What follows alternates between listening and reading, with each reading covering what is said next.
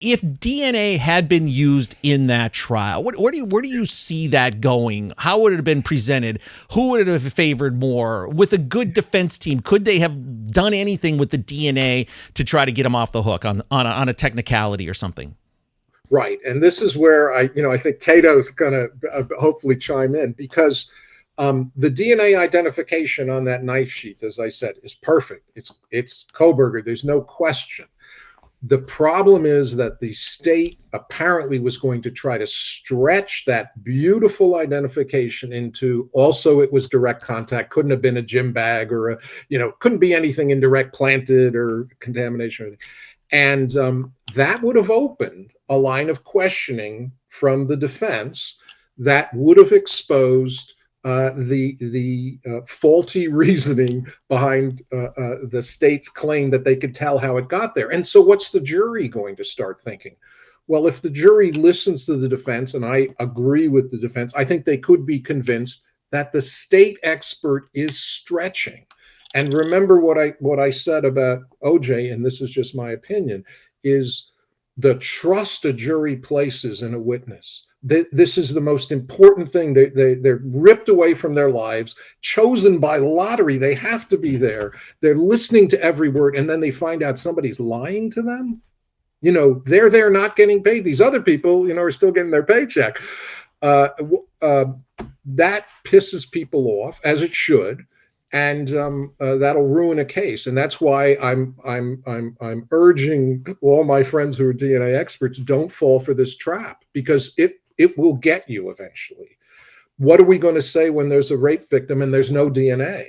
Are we then going to say, well, then you couldn't have been raped? Of course not. We're going to say, well, they didn't find DNA. That favors the defense, but here's the things that favors the prosecution. DNA analysts should stay in your lane. Your lane is identification, and give the jury some information about studies that have been done that shows how DNA transfers or whatever. And so I think it could have been a problem. And I don't know, Kato, what's your opinion of what happened with the DNA? Were you there for the DNA testimony at OJ? Well, I was actually sequestered not to watch, and I actually obeyed, and I didn't know what was going on in the trial. Now, in hindsight, I did see things with Furman pleading the fifth, because we've had Tom Lang on and said that destroyed everything because he didn't answer a question, and that just sort of made it tough for. Well, the question was, did you fabricate or plant evidence in this case? And he was already taking the fifth, so he was committed to that. I realized the jury didn't hear that, though, right? That's not something the jury heard. No, there's something that the jury did hear, though, where it was how the defense knew to question him. Every time he said the fifth, he kept digging a deeper hole with the question that they did. Yep. Yeah, and I'm not an expert again, but I remember this because it moved me so much that what happened, and that I was teaching in Atlanta, Georgia, and I had mixed classes of races. My black students thought OJ was innocent and being railroaded. My white students thought he was a monster, and so I followed just that testimony. As I recall, the jury got an instruction, and they didn't hear about the fifth, but what they heard was, Furman's not here. You can decide what it means. Right. And he had just been shown to be, using the N-word and perjuring himself, so that the jury probably concluded, hey, this guy's been debunked. All that stuff we listened to, this guy, we can't trust this guy. And I thought the judge made good decisions. He at that. I mean, what do you do when the lead guy takes the fifth?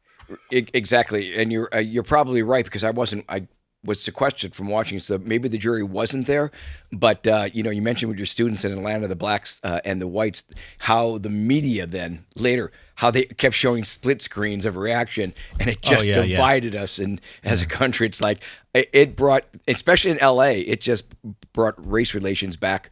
Probably 30 years at least. The biggest decision Judge Ito made, I think, that changed culture was allowing it to be tried or televised. Yeah, I mean, bringing cameras in there. I mean, that was all anybody talked about for the better part of a year. And imagine if we had renderings that we had to rely on, right, as far as a recap from the day. I mean, this thing just took on a life of its own. Right.